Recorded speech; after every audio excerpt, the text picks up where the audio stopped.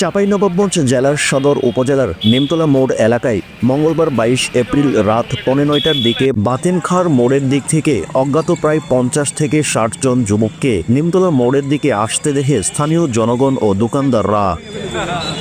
অজ্ঞাত ব্যক্তিরা কে বা কারা কোথায় থেকে এলো তা কেউ জানেন না, তবে প্রত্যক্ষদর্শীদের মতে যুবকদের মুখে মাস্ক পরিহিত ছিল।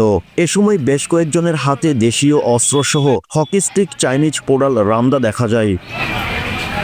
দেশীয় অস্ত্রে সজ্জিত হয়ে এসে অজ্ঞাত ব্যক্তিরা নিমতলা মোড়ে ২টি ককটেল বিস্ফোরণ ঘটায়।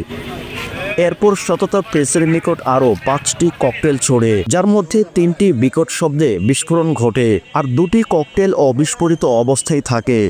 অবিস্ফোরিত ককটেলগুলো চাঁপাইনবাবগঞ্জ সদর মডেল থানা পুলিশ উদ্ধার করে। ককটেল বিস্ফোরণ ঘটনায় ৫ জন আহত হন। চাঁপাইনবাবগঞ্জ ২৫০ শয্যা বিশিষ্ট জেনারেল হাসপাতালে চিকিৎসাধীন অবস্থায় রনি নামের এক আহত ব্যক্তি জানান, মঙ্গলবার রাতে ৯:৩০টার দিকে চাঁপাইনবাবগঞ্জ জেলার নিমতলা মোড়ে বিরিয়ানির দোকানে বিরিয়ানি নিচ্ছিলেন। এমন সময় ৫০ থেকে ৬০ জন মিলে দেশীয় অস্ত্রসহ নিমতলা মোড়ের দিকে আসেন। নিমতলা মোড়ে আসলে বিভিন্ন জায়গায় ককটেল ছুড়ে এ সময় একটি ককটেল এসে আমার গায়ের উপর পড়ে। তখন জনগণ আতঙ্কে ছোটাছুটি করতে লাগলে দ্রুত ঘটনাস্থান থেকে পালিয়ে যান তারা।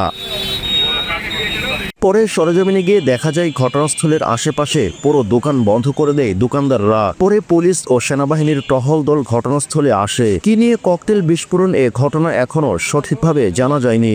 মোহাম্মদ নাঈম খান, চাঁপাইনবাবগঞ্জ।